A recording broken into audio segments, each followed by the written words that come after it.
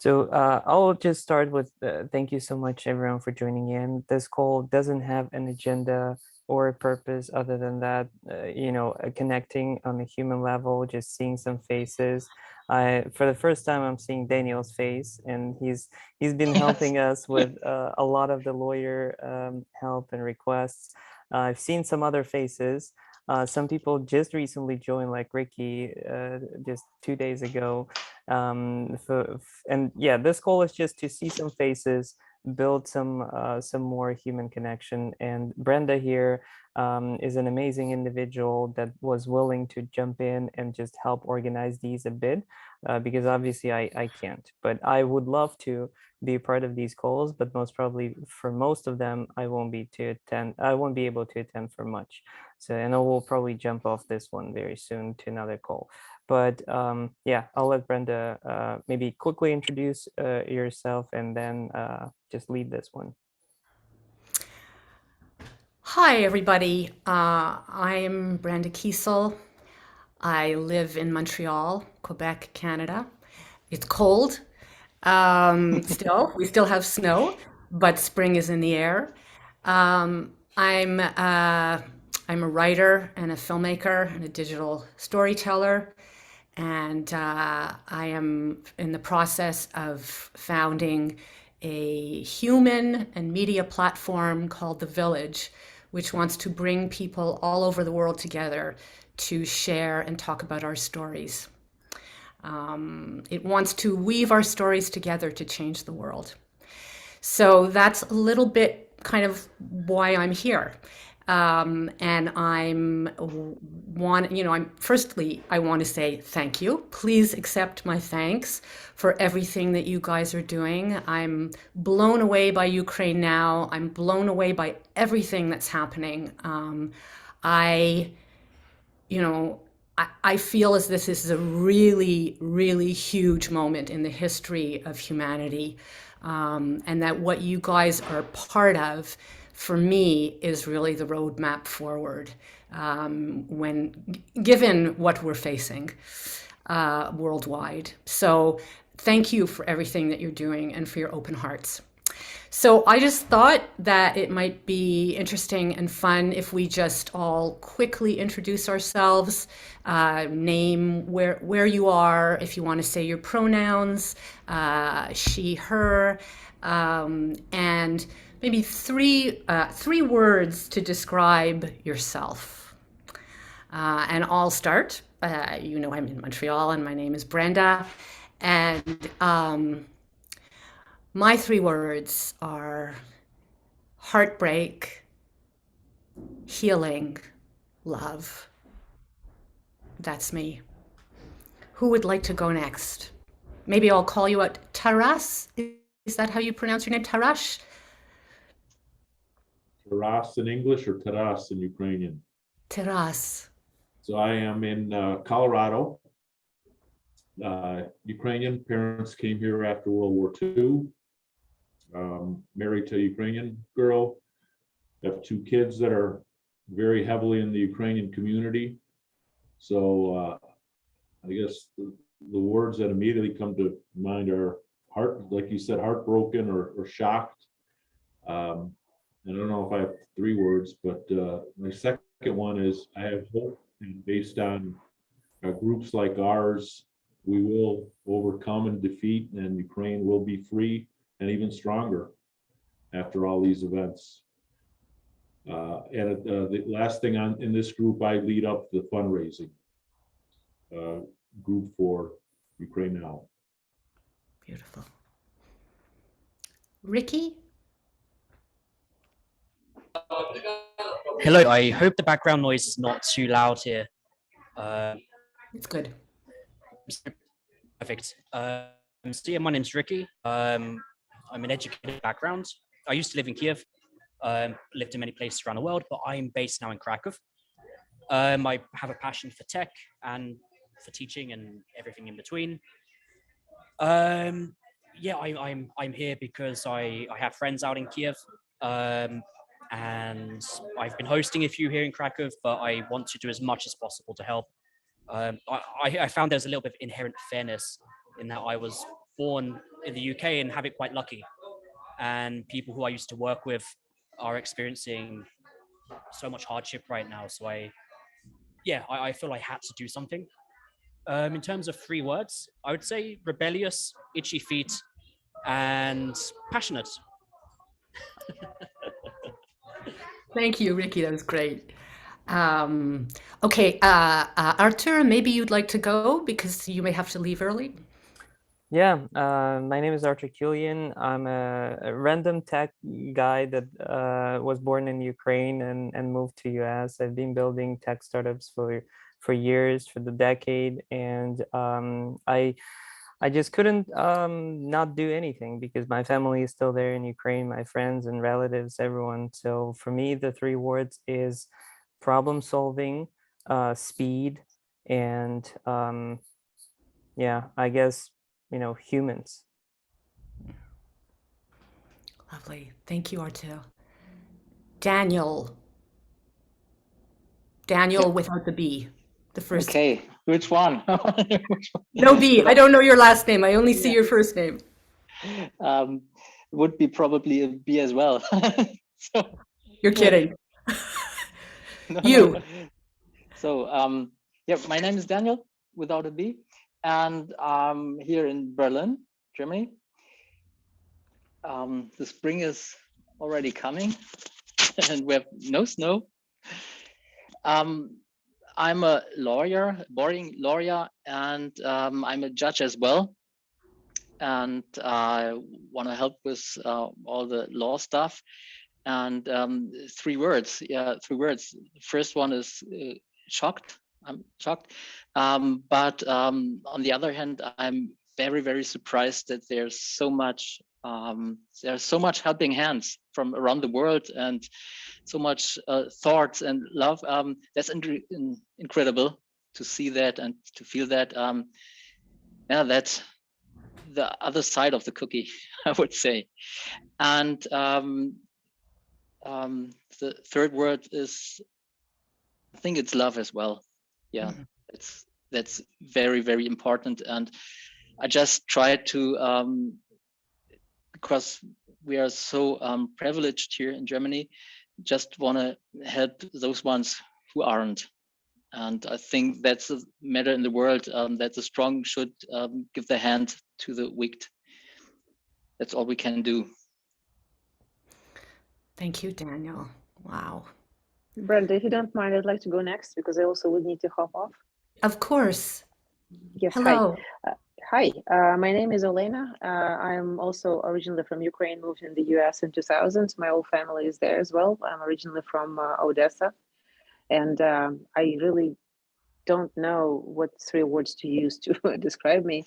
I think problem solving, action, confused, I would say, because so much confusing information and not understanding why things happen the way they happened and how is it possible. And then it helping, and I guess love too, because there is so much that I'm tied to there, and I feel awful seeing it destructed and mutilated. It's just awful. Thank you, Alina. Daniel B. Hey, hi everyone. So Daniel B here. I'm Spanish and I live in the south of Spain. So spring is coming and we have no snow, unfortunately, because I love it. Probably the guys up north say the opposite. But when talking about myself, I'm better talking about computers. Okay, so that probably gives you a hint as to what I think I'm good at. 3 words that I think could describe not me, but what I feel is like help. Not only help that I want to give, but help that I receive from you guys, both to make take my morale to the next step. Because when you see all these things that are happening, is shocking, is tragic, is dramatic. You have tears. So I'm being helped. I try also to help a bit with the computer stuff, and I am also learning a lot from the people around me, which I have the luxury to cooperate with. So yeah, kudos to everyone. Thanks. Thank you. My God, what a great group you guys are. Joyce, welcome. Hi, thank you. Thanks, Arthur. Where's your pajamas? You said you were in pajamas. I changed my clothes. Sorry. It's only the upper part I changed. Oh, wow. Yeah, it's almost 8 o'clock now, and then I slowly go to bed. So yeah, I don't know what what we have to do now, but So, heard where are you? And 3 words to describe how you are right now. I am living in the Netherlands in a very, very, very small village called Stampersgat. Yeah, three words. Yeah, trying to help, trying to be a linking pin, local, but also try to do some linking pin stuff with UkraineNow. The third word, always busy. Thank you. Busy life. Kelly. Yes, hi everyone. I'm Kelly. I'm in San Francisco, the Bay Area. And personally, so I have a few friends whose family is still in Ukraine, and so I wanted to help in any way that I could. And I guess 3 words to describe how I'm feeling is saddened by everything that's going on, determined to do whatever we can to help. And then I'd say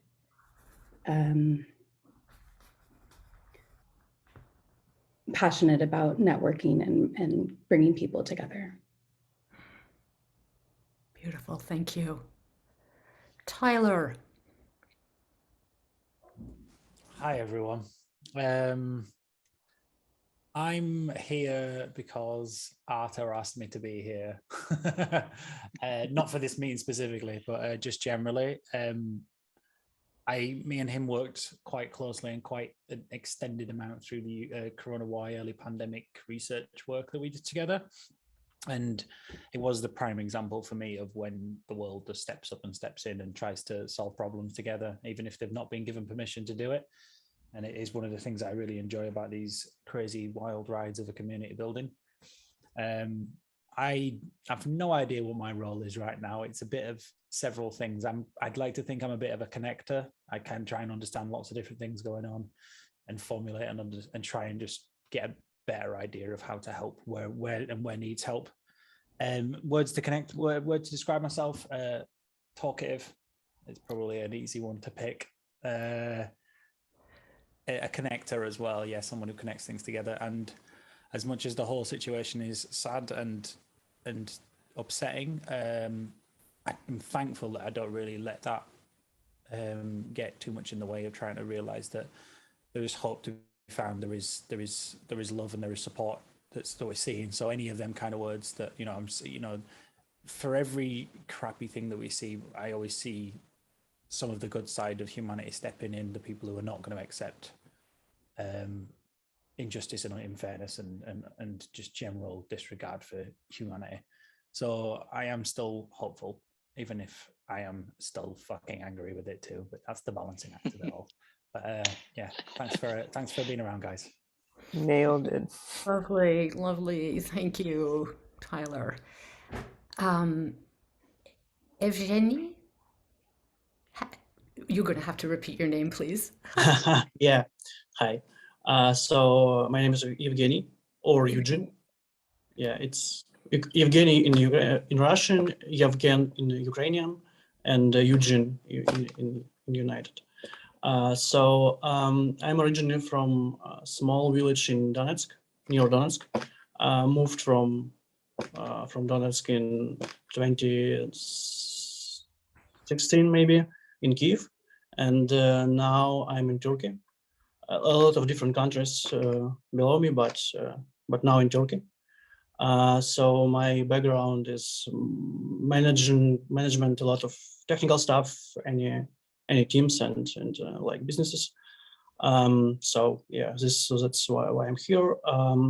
Yeah, and the rewards is maybe challenges, independence, and unity. I'm sorry, what was the last one? Unity. Great, thank you so much. David, rounding out the screen.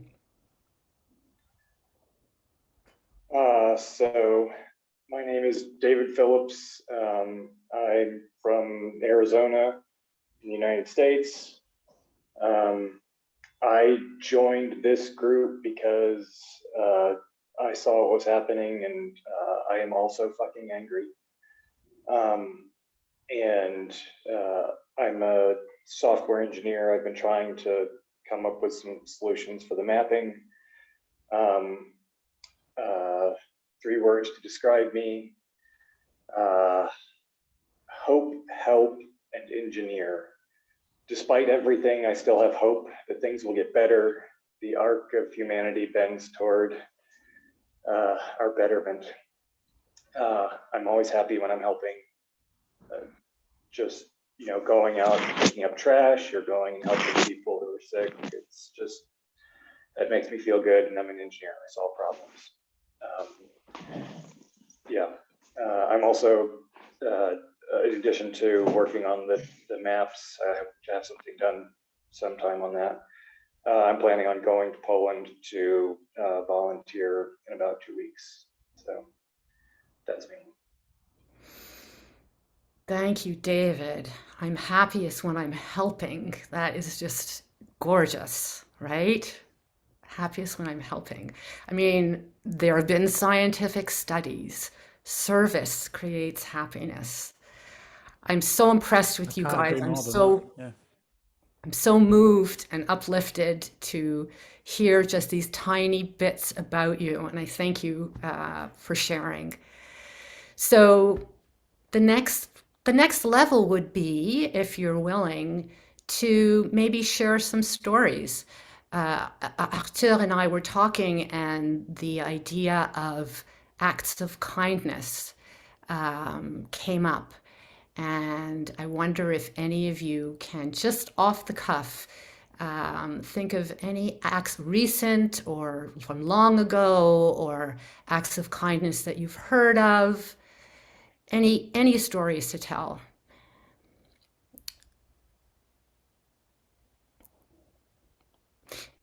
Maybe I can start and just tell a quick. Oh, you've got one. Okay, great. Daniel. Yes, sorry. I'll call Daniel B. Daniel B. Yes.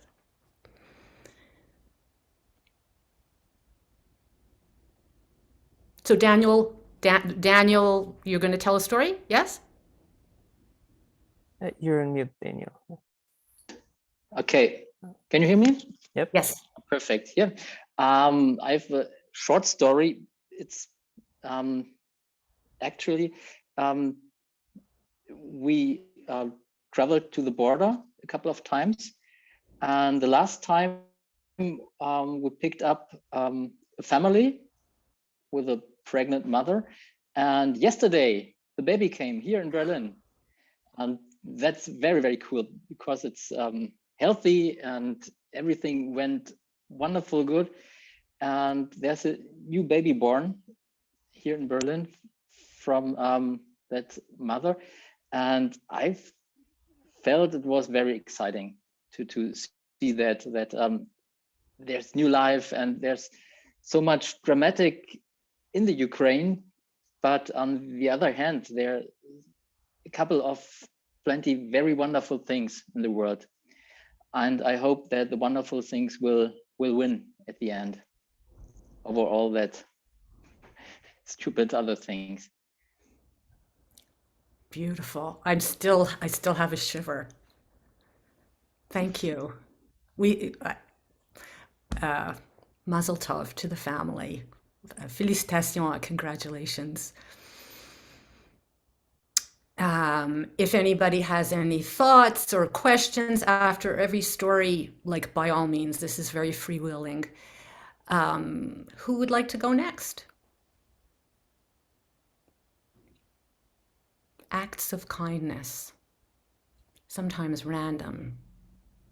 Joyce, do you want to speak a bit? I know that you're modest about it, but you took in the family for a bit. So I think that that's amazing. That definitely made me happy when you said that. Yeah, and yeah, actually 2 families. I think 2.5 weeks ago, a mother and son of 10, they stayed with me for like 1.5 week. But because of the language and yeah, what I said, I live in a very, very, very small village. There is here nothing, no store, nothing, only yeah, green. So it was very hard for them to stay here. I bring them to a shelter. I work at the local government and try to help them as well with setting up the shelter. So they are there now. And last week I got a phone call that a mother and son would be kicked out of a Dutch shelter because they had a dog. The dog, yeah, they couldn't. The dog couldn't stay at the host family. He didn't drink, he didn't eat, so yeah, he had to go back to the family, and the shelter said, yeah, nice, but now you have to get out. So I picked them up. They slept one night at my house, and after that I also bring them to the shelter where the other people also were going. I saw them last Monday, and it's so good to see them so happy. They are at the shelter with, I think now, 200 other Ukrainian refugees. But because of the dog is with them, it is so, yeah, that was the thing why they were crying, and they didn't want it to stay here. They wanted to flee somewhere else, but now they are relaxed. Their husband is in Kiev in a shelter, and they told me last Monday that also yeah, the father was very, very, very happy that his that mother and son are now on a good place, and Subaku is also with them. So yeah, that are 2 stories, and still I'm available to pick up some people to host them here or send them to another place where it's needed, where I have some contacts here. So yeah, that's my story. So I really invite any comments or questions. And I have a question for you, Joyce. First of all, thank you. Second of all, how do you feel? How does it feel to do this? I don't know. I don't know exactly. It is so weird to have to do this. It is insane. I don't know. I've been living on the street also for a couple of months. Have been living in a squat for 5 years, so I know what it is to have to live on different places. And now I'm settled and I have some space. And I saw the people. Yeah, I had to do something. So to do something it is yeah, wonderful to try to make a difference. But it's weird, really weird. Yeah, that's I don't know if it feels good, it feels insane, it feels weird, it feels everything at the same moment. Yeah. Amazing.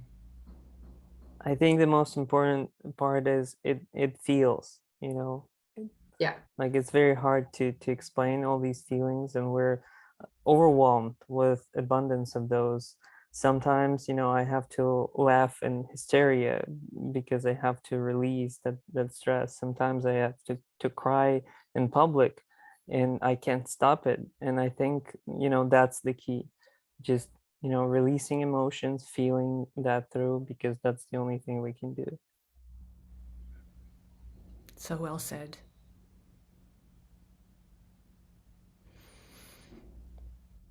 Who would like to go next? Acts of I'll go, kindness. I'll go next. Tyler. Because I have kind of spent a long time in internet communities, and I've kind of intentionally built my life around accidental acts of kindness and little moments of it now.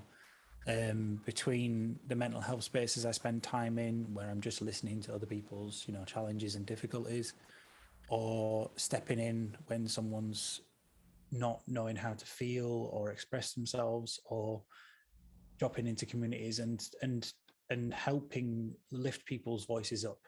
Like it's kind of what I do all the time now, really. And I mean, I work in education. I work with kids with challenging needs. So like it's a fundamental to who I am, is just trying to help people who can't really help themselves completely or don't even know how to. So Arthur's point about feeling, it's really, really important. And allowing allowing people to feel, surprised, shocked, amazed, the good and the bad. That's the first stage of dealing with any of these things. It's one of the things that I've been trying to, I've been keeping an eye on the whole idea around mental health. My partner's a trainee clinical psychologist. It's like mental health is a discussion point in our family and our household. And like I said, I work with kids with needs. So I spend a lot of time noticing how other people are feeling and trying to help them process that. And that's one of the things that I did in Corona Y. I mean, the amount of times I was mental health checking in the community, because as much as we were all feeling them good feelings from helping and stepping in and trying to build and trying to create and trying to grow and trying to co-produce together, we were all also going through a global pandemic that is unprecedented in living in living memory. The scale of loss and hurt and pain that comes with that. And then 2 years later, a new war, and it's not that conflict has stopped. There's never been a time that conflict stops on the planet, but the scale of reaction to it, especially, I think it's partially, sadly, because it is on Europe's doorstep, and because the aggressor is, for lack of a better word, not Western friendly, in the sense that Russia has been kind of ostracized from the West culturally and historically, and so unbalanced in the fact that like Ukraine is a small, mostly neutralized, mostly de-armed country. It's just it goes against so many human instincts to believe that people, like, that's just not fair. It's bullying, for lack of a better word. And bullying is very hard for most people to ever tolerate when it's as clear as that, aggression and anger. And it's just not right. So like I try and make the world a little better in every little moment, and we can and celebrate little victories. And I think everyone can celebrate little victories. It's a really important thing to do, is to go like, actually, you had a good day because of these reasons, or you stepped in and made this difference. It's like, yes, it's frustrating that all the things you make a difference are not at a, massive scale, but making, like Joyce said, making a difference to that family makes a difference. Making a difference to bringing a family and then a healthy child is born. Like, that's a difference. That's a permanent difference. It might feel small because you're really close to it, but ask someone in 20 years if actually made a difference, and you might get a much bigger effect than you think. So we just need to keep remembering that the small differences feel tiny when you're close to them, but they all add up. And if we all keep doing it, like, the direction of travel is positive, hopefully. If we can get more positive out of it, then that's what we need. Great. Exactly. Let's remember so much of who we are. Acts of kindness.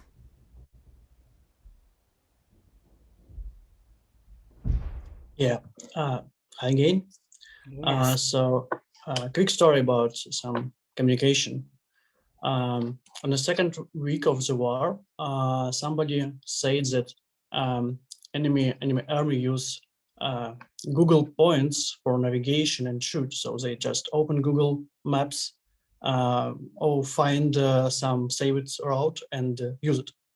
So this someone post one message in a random Telegram chat, and chain start. So somebody from this chat ping somebody else. This somebody else ping me. I ping somebody else, and this tree grows. And on the second day, we found some guy from Google. So he just turned off this route and this maps, and that's all. 2 days, and that's all. And it's insane how one message from one people, from one man, can change a lot of in the world. And the world is so small, and it's brilliant for me. So yeah.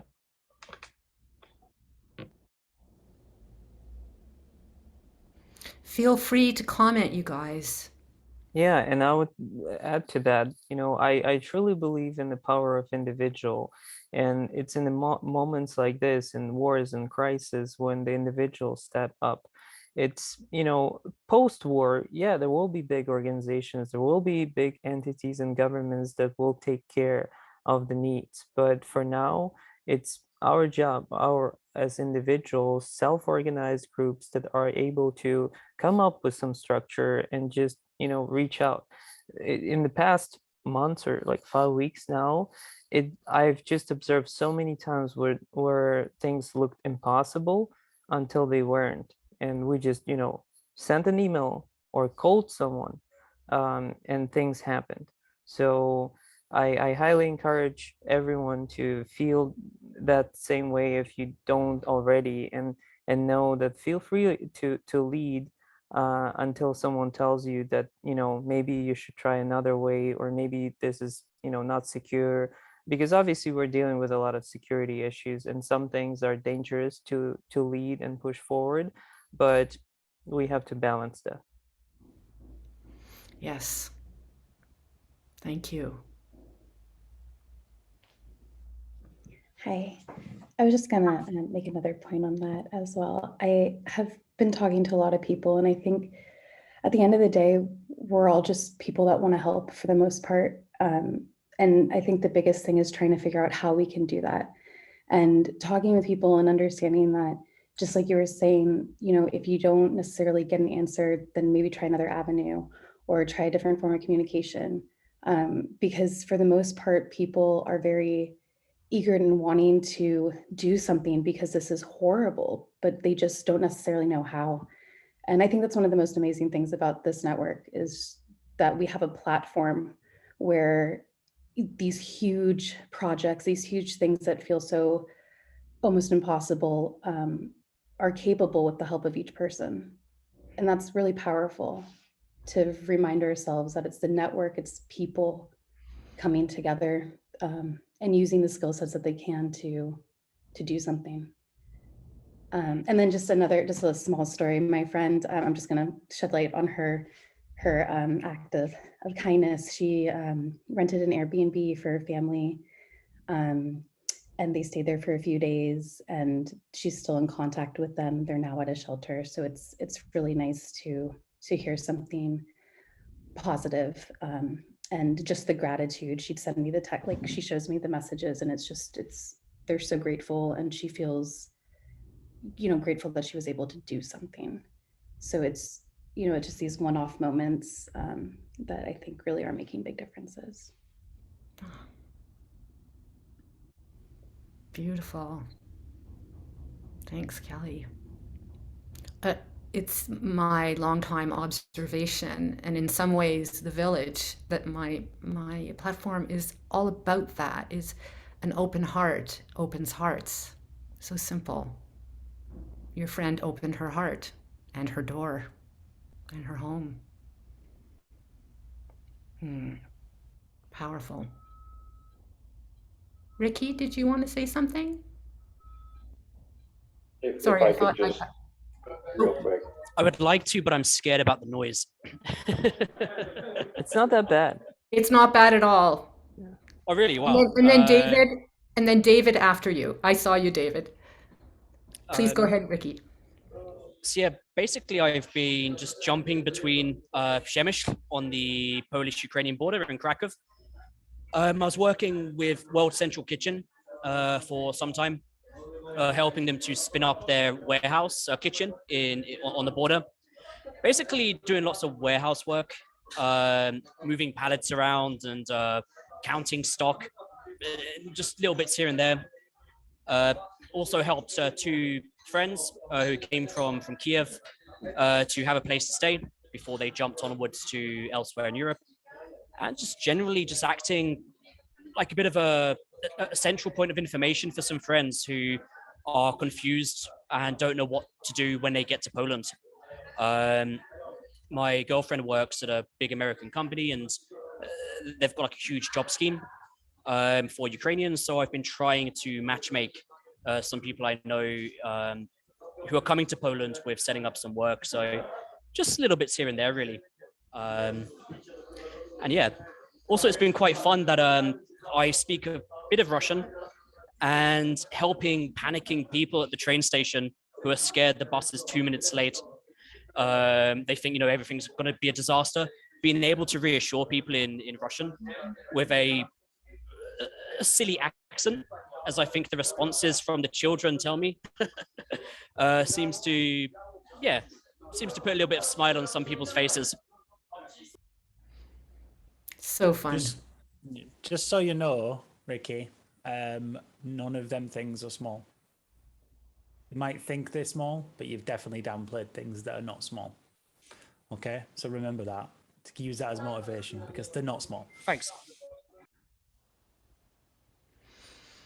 Yeah, and the reality is that we're all so humble, you know, and we try to, you know, not kind of over value the things that we're doing. And I think that's okay, you know, as long as we have someone else that tells us and appreciates that and thanks us for that, we should be good.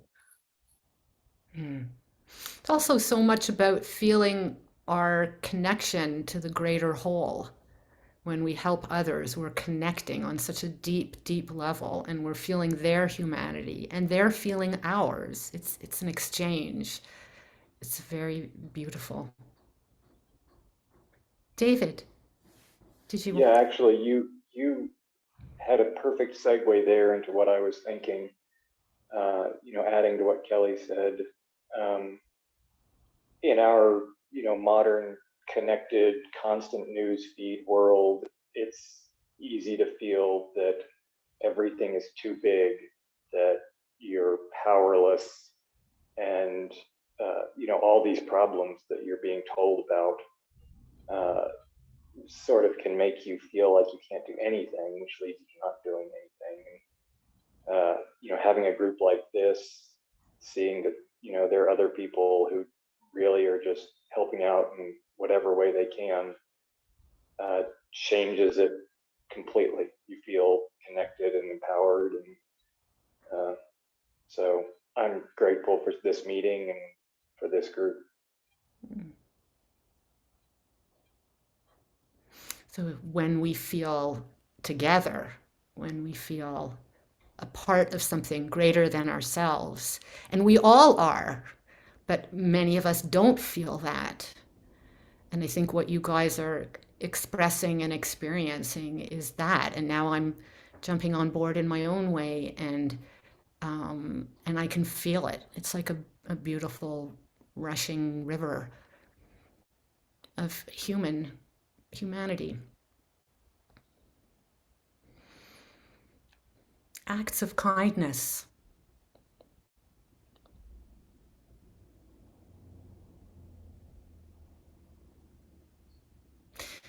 Okay, I'll tell just a little one. I do not like commuting at rush hour, and I'm fortunate because I generally work at home, so I don't have to. But one day I had to, and I went onto the metro, and I went down the stairs into the metro, and it was packed. It was talk about a rushing river of humanity. It was packed with people. It was about 8 a.m. And I kind of got, and everybody was wearing big winter coats and everything. So it was just very full. And I literally got kind of pushed into the train when the doors open. And I just kind of let myself go. You know, I just sort of like went limp and let myself be carried. And then all of a sudden, I saw it all happened so fast. The doors started to close. And I realized that I wasn't fully in the car. And for about probably less than a second, I thought I was going to be cut in half by the doors.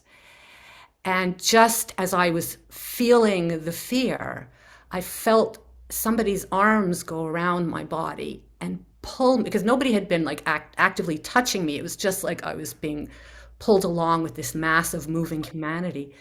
I felt someone's arms around me and they pulled me back, and then phoop, the doors closed. So a fraction of a second in time. And for a second there, I just felt what had just happened. And as I was feeling it, again, you know, when things like that happen, it's so fast. As I was feeling it, and feeling the full brunt of, oh my God, I almost just got into a very serious accident, and somebody saved me. Just as I was realizing it, that person squeezed me, like the kind of squeeze when you feel inconsolable and somebody holds you and just gives you that extra squeeze, and you feel their strength come into you. You feel their love come into you. And I turned around and I was I mean, it was really squeezy, you know, and I was face to face with this woman. And we hugged. And I said, thank you so much for doing what you did. And she said, no worries, you would do the same for me. And I have never, that happened about a year ago, I think. I've never forgotten that story. I've never forgotten that. No, I've never met that woman, didn't know her name, you know. It was just, it filled me. Yeah. Total stranger. The undervalued power of the hug. I am always telling kids that it's genuinely the underrated skill of the world. If everyone just had a bit more hugs in their life, I feel like the world would be a little bit better. The amount of times I get little boys, because there's lots of them that have got nurturing deficits, and it's just like, come here. And they're just not really understanding that, you know, just a hug. People laugh like, oh, why are you giving me a hug? I'm like, because I'm getting a hug. It's, it's like I'm giving a hug, but I am also getting one. It's not a completely selfless act. It's a nice thing for everyone here. Let's not worry too much. So, yeah, I think there's a little bit more hugging in the world. Apart from, you know, with COVID mindfulness, which is really a pain in the ass on the whole lack of hugging world. That's one thing I definitely missed. Yes. Yes, beautiful words about hugging. And they have done tests. And now I believe that it's, Kelly, you know what I'm talking about on hugs, like 20 seconds. Medically good for you. If you can hold that hug for 20 seconds, you will get the full brunt of the positive effects, like chemical effects through your body. Yeah, I thought it was oxytocin or something along those lines that actually gets released when you hug. Hormones. What is it? Yeah, bonding hormones. Yep, oxytocin. Yeah, so it's good for both things. And I would also advise that if there's no one around to hug or be hugged by, you can even do it yourself. Yeah, and personally, I do it every day. That's a good advice, because I actually am really bad at hugging, and you know, my wife hates me for that. She's like, give me a hug, and I'm like, you realize the first time we meet, you're gonna get squished. I'm gonna hug you too. You're gonna get the biggest goddamn squish you've ever had. You're like, too tight. Yeah, because I'm extremely introverted, and I have to play an extrovert, you know, here and there. But yeah, it's actually something that I think our society should be trained from, like from school, in a way. totally agree. Yes. But you can consider, Arthur, that you are metaphorically hugging the world with what you do. Some of us are less That comfortable works for me. on the physical plane, but you are literally like you are, yeah, it's very, very poetic. That works. Hmm. I mean, we can actually say that okay, I'm going to throw myself into this too. What we are doing here is hugging the world, is helping the world, is again laying out a map for how we can help each other, how we can move together and help each other for the greater good. It is what we have to do. We don't have a choice anymore. It's definitely something I've found within Twitter gets a lot of shit, and I'll agree with it. There's some toxic, awful stuff in the Twitter sphere. But some of the communities around like the spaces, which is like vocal talk, like audio spaces, there's some real humanity growing out of some of them spaces where people who are finding people like them and feeling that connection and feeling that humanity and feeling that understanding.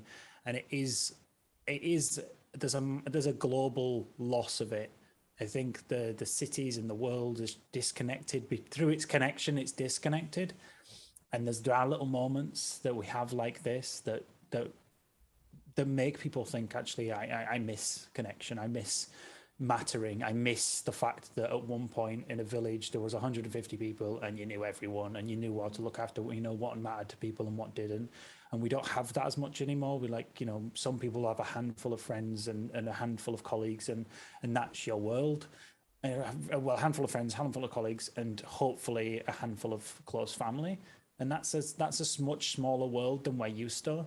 And that's a much more disconnected world, especially when we can see how really connected the world actually is, and how, one country affects the next, one city affects the next. Like we all affect each other. We all ripple, and it does. We all exist on the same planet, and we're all humans. And I think it's something that is becoming more and more, as the world becomes more connected, the small bubbles, what matter to each other, realize that actually feeling like someone cares about you and has your back and will stand with you and struggle and so even just stand and suffer with you, in the sense that like you're feeling something, so I'll feel it with you.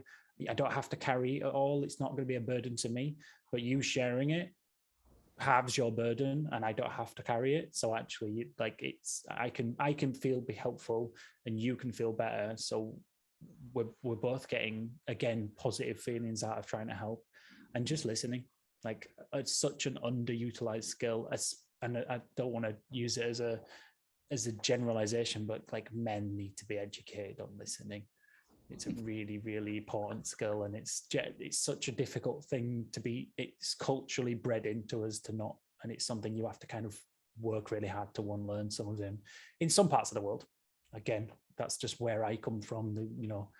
I come from the UK. I come from a very working class northern place, which is, I'm just very lucky that I had a very communicative dad. I had a very good, emotionally intelligent man in my life who showed me that being emotional is a good thing, and having sisters who taught me that expressing emotions is a healthy thing. But I've seen and interacted with too many men, and too many, especially young men, who don't get permission to feel, don't get permission to understand, don't get permission to look at themselves and go, why am I feeling like this? Rather than, they just hide it and they repress it and they crush it down, and it turns into poison inside them. It turns into bile that they can't handle. And it's a real sad thing in the world, and we need to get more and more people to communicate better and express themselves, and we need to get men to reconnect with their selves. It's because tell you a lot less wars would happen if they could just get more men to be more emotionally connected. But this is kind of a self-selecting space that probably a lot of men in this space are more aware, because they are stepping in, and they're the sort of people who run towards the problems rather than sitting at the side being angry. But yeah. Thank you for that. Appreciate that. Speaking of more men, maybe Daniel B. or Tarash, would like to share a little story of kindness.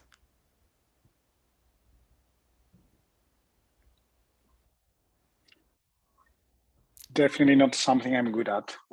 I know a lot. I see things a lot day to day in this group.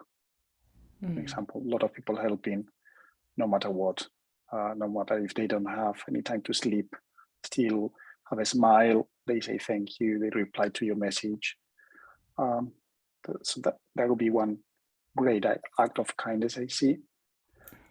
Also, I feel humbled when I speak to people that are, in Ukraine, that they are going through such a rough time, and still they smile at you back, and it's like, wow.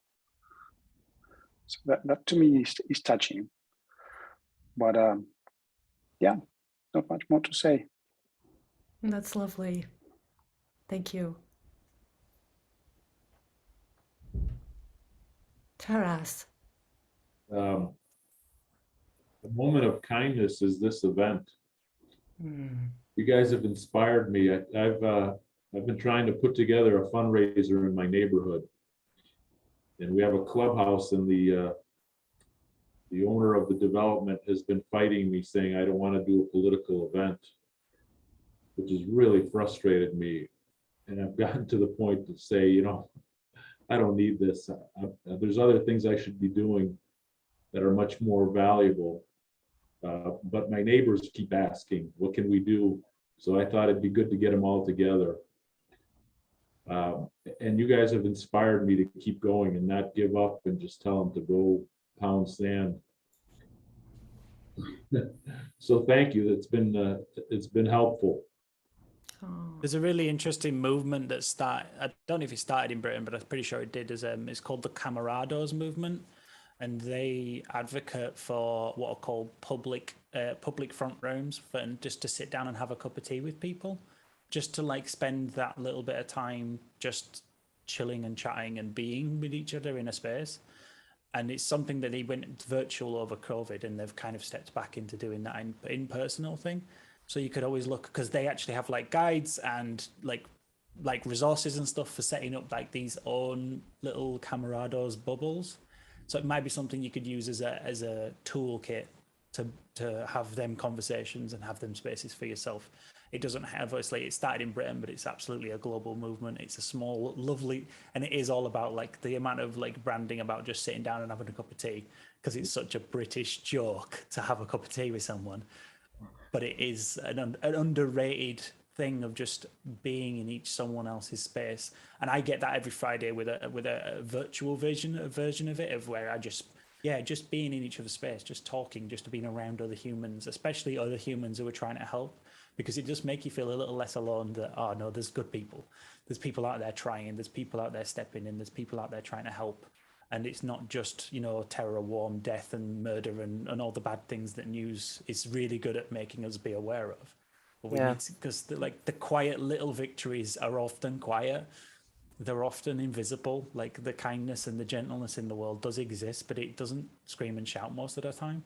So being around other people who go to speak up on the cup of tea thing, and just something funny that I saw in one of the many channels of videos that are coming at us, and then there is a group of British volunteers, and they're sitting somewhere in Lviv or somewhere, and it's relatively safe, but then there's airstrikes and sirens, right? And they're hanging out, and they're at some place drinking a tea, and they're a bunch of British guys saying, a cup of tea, would you like a cup of tea? And sirens and a cup of tea. And it was so funny. I'll find that video and share with you guys. But it's time to just share that human connection. Sometimes laugh it off, because that's what you have to do. And Taras, I totally feel your frustration about this whole thing of, especially Americans being well, I don't want to be political, because there's such a strong political thing in US, and I'm clueless about it. Until 2020, I didn't even know the difference between Republicans and Democrats. And I almost got on an interview with Tucker Carlson website. It takes something special when a British person has to educate a person in America about American politics, when you're like, How did I have to be the one to explain this to you? But here we are.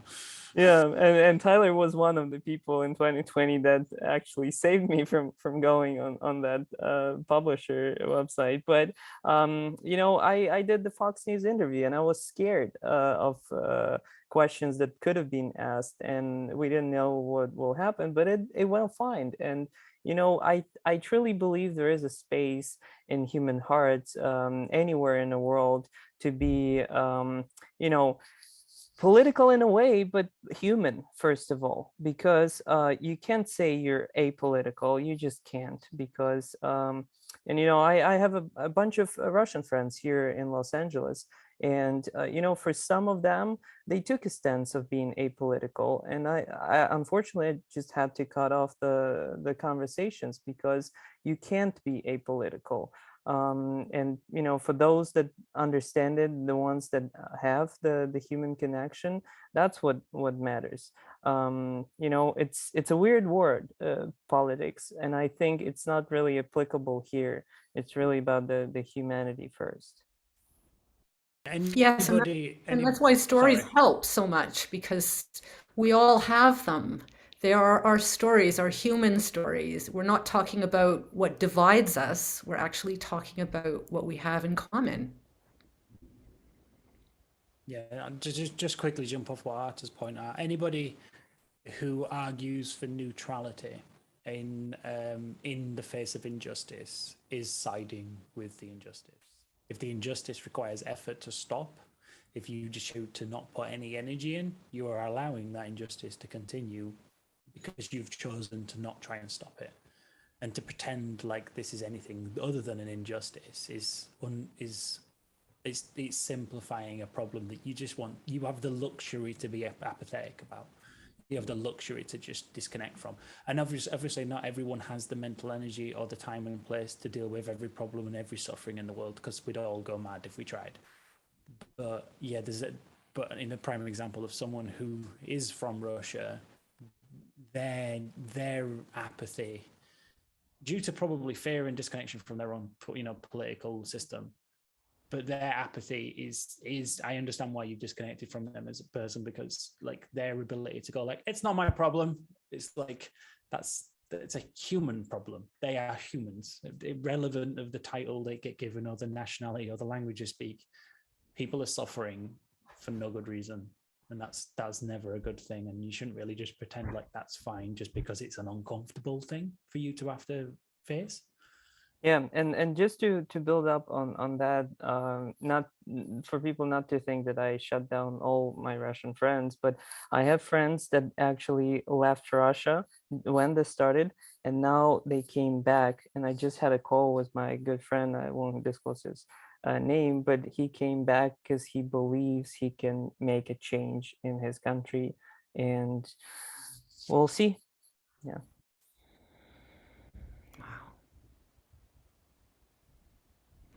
Does anybody have any other? I'm aware of time. I don't know if we go past the time that Arthur we had talked about, or we should wrap up. I think it's a good idea to wrap up. I have to jump off. I'm sure people also have a bunch of calls to attend. In 30 minutes, we have our operations call. So, yeah. Okay.